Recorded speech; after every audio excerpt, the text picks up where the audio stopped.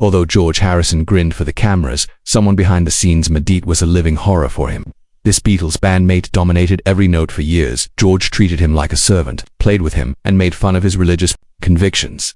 When George finally lost it in 1969, he left the studio. However, it wasn't the worst. Section. This individual's actions during George's worst hours went beyond the boundaries of friendship. The treachery was so George's anger was so intense that it persisted till his last breath.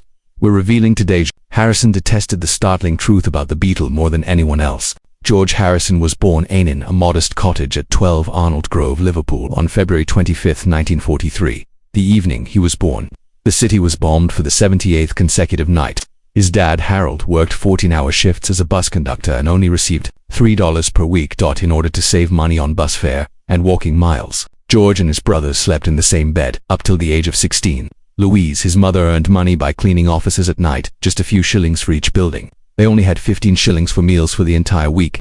However, Louis made their tiny house cozy and hopeful. At the age of 12, in 1955, George was riding his bike past a residence when he heard Heartbreak Hotel by Elvis Presley playing through a window that is open. He paused and froze, listening to the whole song. Everything changed in that instant. Elvis's voice, particularly the reverberation on the instrument, stoked George's passion. He informed his mother that he needed a more than food, guitar. Music became his life after that. George was 14 years old, acquired his first guitar at last. He made his way to Frank Hess's music store on foot to spend $3.20 on an inexpensive Eggman flat top. Playing was painful, and he practiced 6 to 8 hours a day, even though his fingertips bled for weeks. He became knowledgeable about Rock Island Line first and quickly lost all interest in education. Heffled practically all subjects, with the exception of art. Even his teacher wrote that George was concerned less about geometry and more about guitars. George met Paul McCartney in the same year. Paul saw George's guitar while they were traveling to Liverpool on the number 86 bus. According to George, he could play 20. It was not a simple undertaking. Flight Rock. Paul was impressed. Not long after, George tried out for the Quarrymen, Paul's band. He performed Ronya flawlessly. Even he was only 14 years and 364 days old. Nevertheless, John Lennon refused to include a So Young. But there was no denying George's talent. He was the youngest participant in what would eventually be their most well-known band in history. George received assistance from the Harisson family in ways that most people wouldn't think possible. To assist pay for his musical demands, Louise took a third job cleaning the Cavern Club. Harold allowed George to ride the transportation for free, despite the fact that doing so might have cost him his job. When George required, they sold their piano for a better guitar. The band's first paid performance was in order to rent an amplifier. Louise even pawned her wedding band. George's dream benefited from every penny. One pivotal event occurred when Paul McCartney was unable to play his solo because he froze during a concert. The group came to the realization that required a suitable lead guitarist. Paul made a lot of effort to get George, but Lennon was certain George was a child. Paul eventually wore him down. They organized a second audition outside Wilson Hall. On a double-decker bus, George reprised his role as Raunchy, and Lennon ultimately came to an agreement. Subsequent investigation revealed that George had joined by December, even earlier than most people believed, was the 7th of 1957. From the start, Lennon viewed George less as an equal and more as a younger brother. Back then, the 3-year age difference was significant. George felt that he wasn't being taken seriously and that his opinions were frequently disregarded with time. That tension on George blew up at the Let It Be sessions in 1969. He informed Lennon that Howe was dissatisfied and temporarily departed the band. Lennon even discussed replacing him with Eric Clapton. George subsequently claimed that he felt excluded, particularly after Lennon's life was touched by Yoko Ono. When George became a member of the band was already disintegrating. Quarrymen, the majority of the original members, departed shortly after. Their names were always changing. Long Joppage 3, and Johnny and the Moondogs prior to joining the Beatles in 1960. John was a member of the Silver Beatles. Their sound also changed with George's presence. Skiffle gave way to actual rock and roll. Paul and he added the ensemble got its first electric edge when they purchased an Elpico amp and added pickups to their guitars. George's technical abolitions influenced the Beatles' early sound. Next was Hamburg, a cruel trial of survival. They were scheduled for the Kaiser Keller in 1960. They spent 8 hours playing day, playing songs for as long as they can in order to pass the time. The club, the owner insisted that they behave like untamed animals. George was only 17. There, the living area behind the stage was dirty and used by other bands.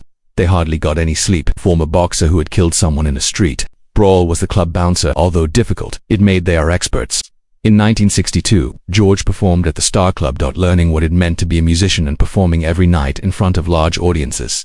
The 9th of February 1996 for a memorable event occurred on American television. 73 million viewers watched on The Ed Sullivan Show. The Beatles perform. More than 60% of all TVs were turned on.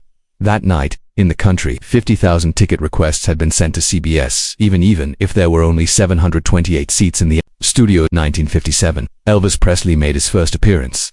Generated 7,000 requests. Ed Sullivan had his greatest performance that evening. Ratings. With a 60 share and a 45.3 rating for the last 7 years. Even Richard, the audience included Julie and Tricia, Nixon's kids. The Beatles performed 5 songs. She Loves You, Till There Was You, and All My Loving. I Caught Sight of Her, I Want to Grasp Your Hand As I Stand There. Each of their names was sung. Showed up on the screen. The sentence that appeared when John Lennon appeared was, "Sorry girls, he's married." That moment was more than just amusement. Beatlemania was triggered by it across the United States and initiated the British invasion. It altered popular culture forever.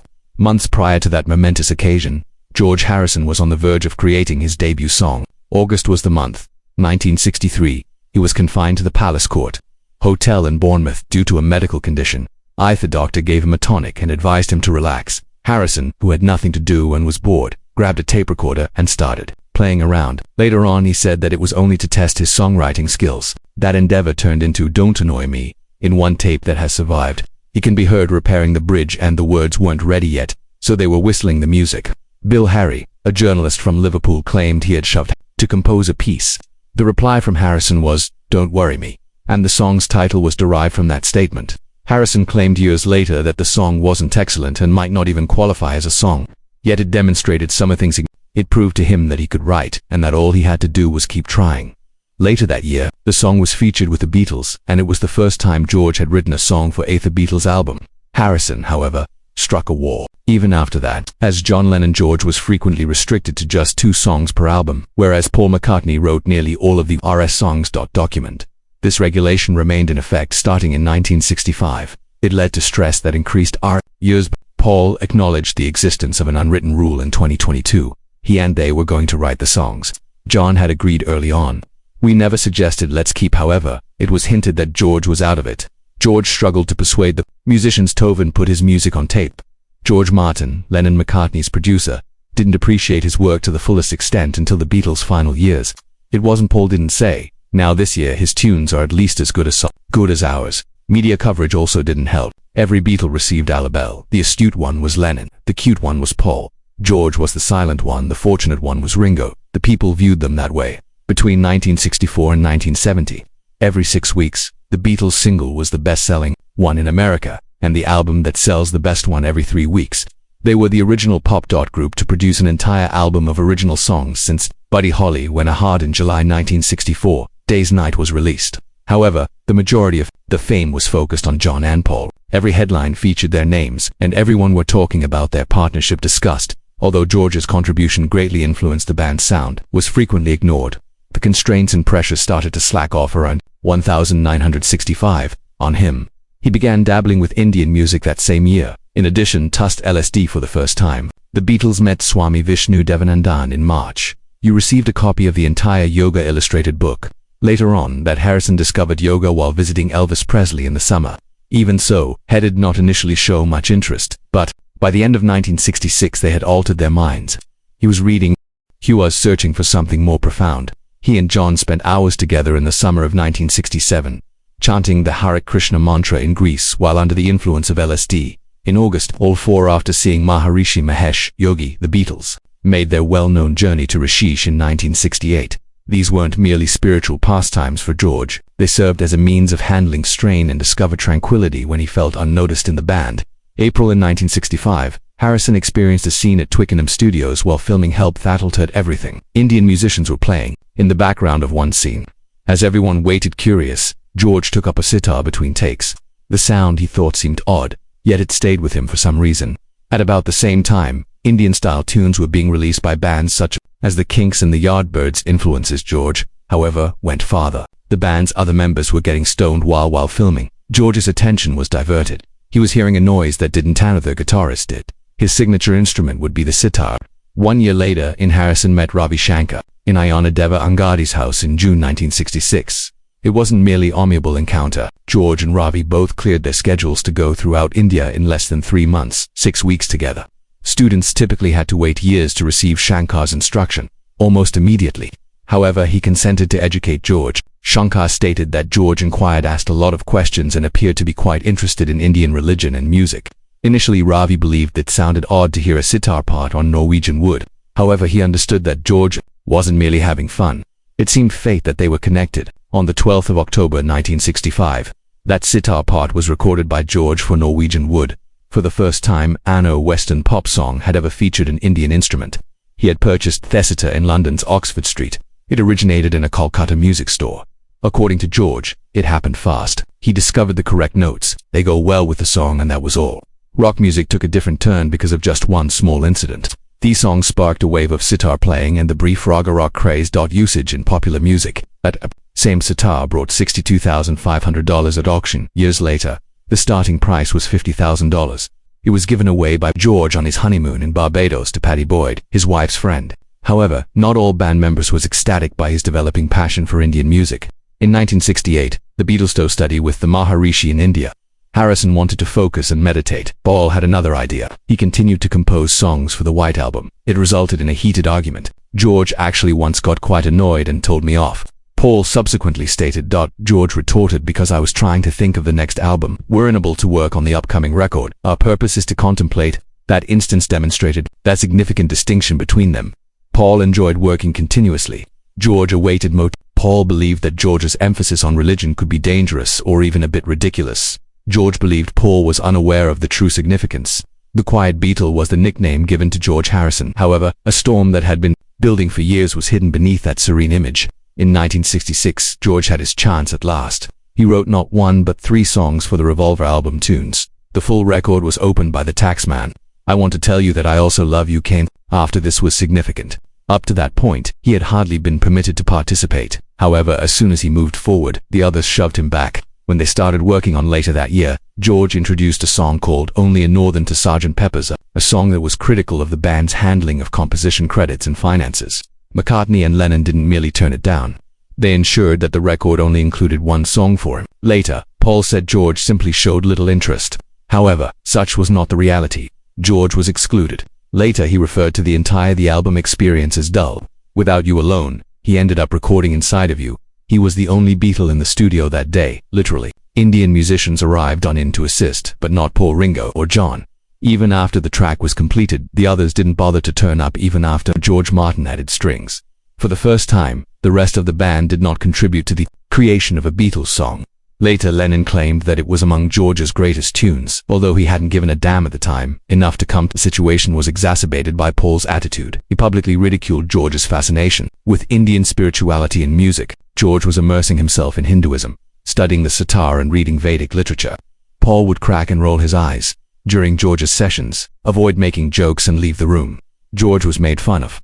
He once claimed that they made no effort to comprehend what he was bringing. That was really painful. It was more than just music. No longer it had a spiritual quality. They also handled it as if it were a joke. All of them said, although that was never the case, the Beatles operated like a democracy. Lennon, as well as everything, was under McCartney's control. George received 1 or 2 tracks on each album.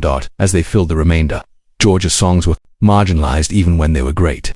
He was not even his owner. Publishing in the same way that they did. He received less money, credit, and attention. Boba quote from Dylan read, George had to fight to get anything on the records, and it was accurate. He didn't receive equal treatment. He received the same treatment as an assistant.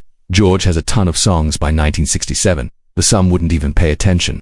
Among them was All Things Must Pass. He brought it to the meetings of Let It Be. It didn't fit, and Lennon and McCartney dismissed it with a laugh. That identical session's tense. At one point, George even gave Billy Preston the tune, merely to escape it from them. It became a classic when he released it himself 3 years later. My Dear Lord did the same. And isn't it unfortunate? Even Not Guilty, which they tried more than 100 times. Before giving up. Those songs demonstrated that he was correct all along. Then the tipping point arrived. George left on January 10, 1969. Cameras at Twickenham Studios. They were rolling. Get Back was being practiced by the band. Paul maintained picking faults with his guitar playing. It was nothing new. For a week George had been taking it. However, something broke that day. Without creating a scene, he departed, stated that he was finished. He wrote in his diary later that evening as if it were any other day. Went home and made a new tune. 8 chips. 4 days prior, he had arrived 80's camera limit. Once more, Paul Paul had begun teaching him how to play. George simply gave him a serene look and answered, "I'll play whatever you want me to play, or I won't play at all." That instant, captured on camera and preserved for all time, revealed just to what extent had he been pushed. It was resigned, not angry. That's what made Beatles really strong. George went home and wrote Wah Wah the same evening he quit. The title had two meanings. It was both a headache and a guitar effect. He said the band was like that. It was recorded for his album as a solo artist. Out loud, smart and When he returned 5 years later, he didn't even offer it to the Beatles. A few days later, he handed them mine instead. He had made the best decision of his. He would sing for himself. It wasn't much better at home. Patty, his wife Boyd, claimed that George would return from the studio feeling depressed and furious. The discussions never stopped. She observed how it's changed him a lot. George didn't even like Paul's personality. She stated, they hardly exchanged words. He was looking for tranquility through spirituality, but he was being torn apart by the Beatles. When he consented to return, but only under certain guidelines, he forced them to move sessions from Apple Studios to Twickenham.